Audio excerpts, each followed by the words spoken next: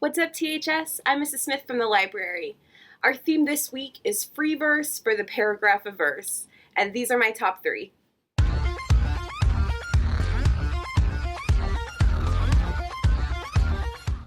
So if opening up a book and seeing like too many words on a page is harsh for your vibes, don't worry, I've got something for you this week. The books that I want to tell you about are written in free verse format.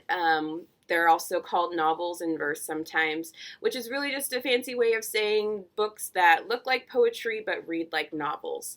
They're works of art, quite literally, and the first selection that I have for you is about an art student who is sent to prison for a crime he didn't commit.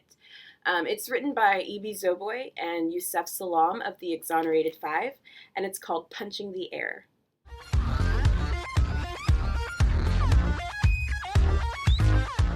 Amal is a poet and a painter, and he attends East Hills High School for the Arts, which is in the gentrified part of his neighborhood.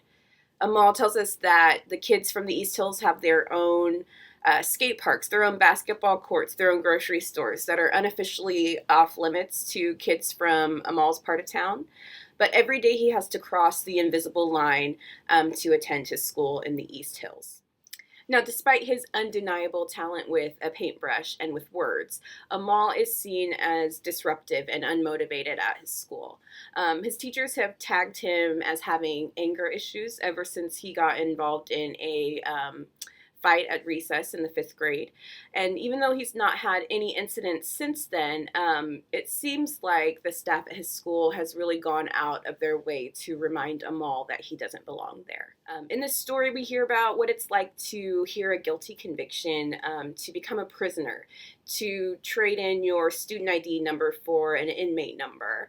And part of the reason why the imagery is so vivid in these stories is because one of the authors, Yusef Salaam, actually experienced this as a 15-year-old when he and four of his friends were tried and convicted in the Central Park jogger case. As you may know, Yusef Salaam and the other four boys who were his co-defendant in this case were exonerated in 2002.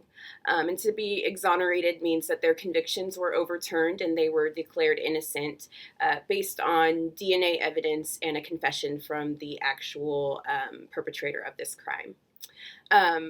Now, while this is not Amal's story per se, Yusef Salaam lends an authentic voice to Amal, who experienced a lot of the same things that Yusef Salaam did for a lot of the same reasons. In this story, we are told that the name Amal means hope. And this book is really about keeping hope alive in dark places, and it's my first pick for our theme of free verse novels. Book number 2 is also loosely based on a true story. In 2001, American Airlines flight number 587 going from New York City to the Dominican Republic crashed in Queens, New York shortly after takeoff.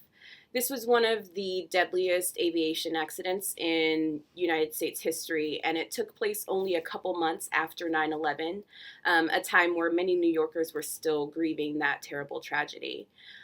This is a story of two girls, Yahaira and Camino, who are impacted by and then connected through this plane crash. This is Clap When You Land, and it's by Elizabeth Acevedo.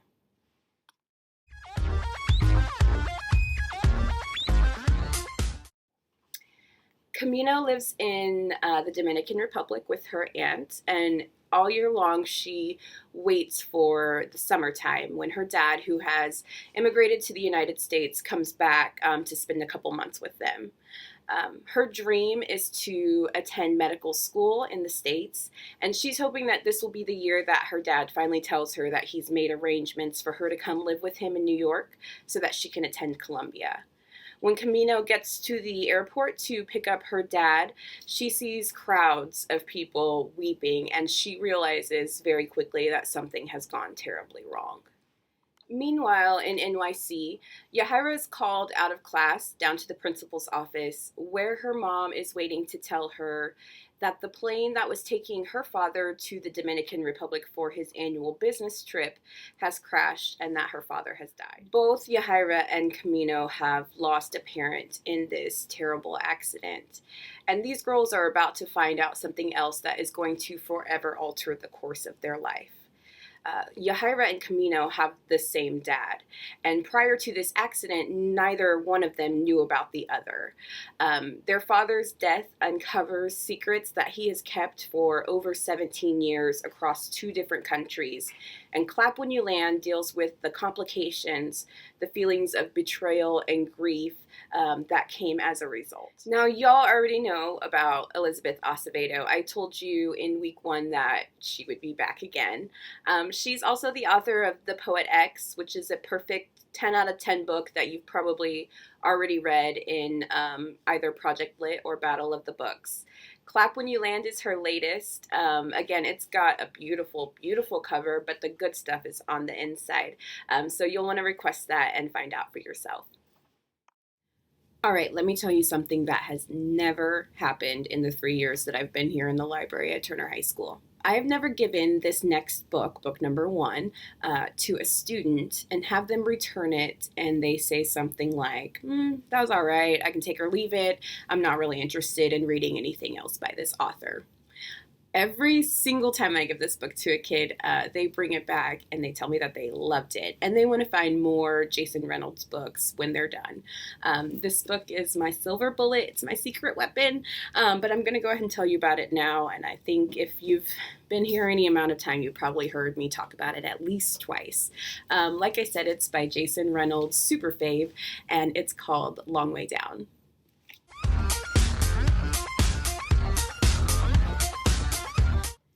The character who talks to us in this book is named Will. He's a teenager. He has an older brother named Sean.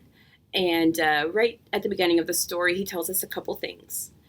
First, we find out that his brother Sean has been murdered outside of their apartment.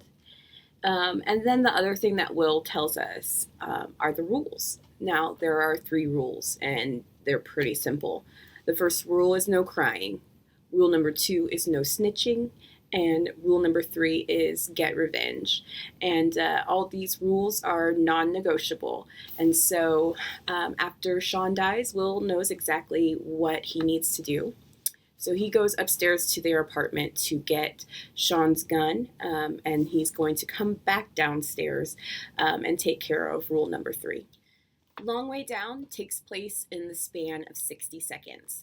60 seconds is how long it takes for the elevator to go from the 7th floor apartment back downstairs, and 60 seconds is all the time that Will has to decide what he's about to do next. I really have a hard time telling you more about this book, except for to say that it is incredible and you have to read it. You have to wrestle with it, and I kind of want to say that you have to listen to it. So for that reason, I'm just going to let Jason Reynolds tell you the rest. I'm going to give you a small fair and acceptable use portion of him reading one of the chapters from the beginning of the book. I don't know you. Don't know your last name. If you got brothers or sisters or mothers or fathers or cousins that be like brothers and sisters, or aunties or uncles that be like mothers and fathers. But if the blood inside you is on the inside of someone else, you never want to see it on the outside of them. So listen, if you've managed to get this far in your career at Turner High School without reading Long Way Down, I'm trying to fix that today. And if you are one of the many kiddos that have already read and loved this book, I kind of want to cheat my top 3 and maybe do like 3.2 to tell you about the graphic novel that just came out this month. It's the same text, but there are illustrations that bring this story to life in a different way than the original text. It's good too. It's good. Long Way Down is good. You need to read it. It is the final book in our free verse for the Paragraph-Averse theme. This is the last week of our first quarter, and if you've been with us each week for Top 3 Book Talks, I want to congratulate you because so far you have heard about 24 books available in our library, and I think that's kind of awesome. If you're interested in one of those 24 books, or maybe one of the other couple hundreds that are also waiting in our library for you, please use the resources on the website to get in contact with me so that I can get you those books as soon as possible. Congratulations on finishing our first quarter. Congratulations on making it to the end of this video. Thank you so much for listening. I really appreciate your time and attention. And I hope you guys enjoy your week. Have a great long weekend. And I will be back next week with more book talks for you from our library. Take care. Bye-bye.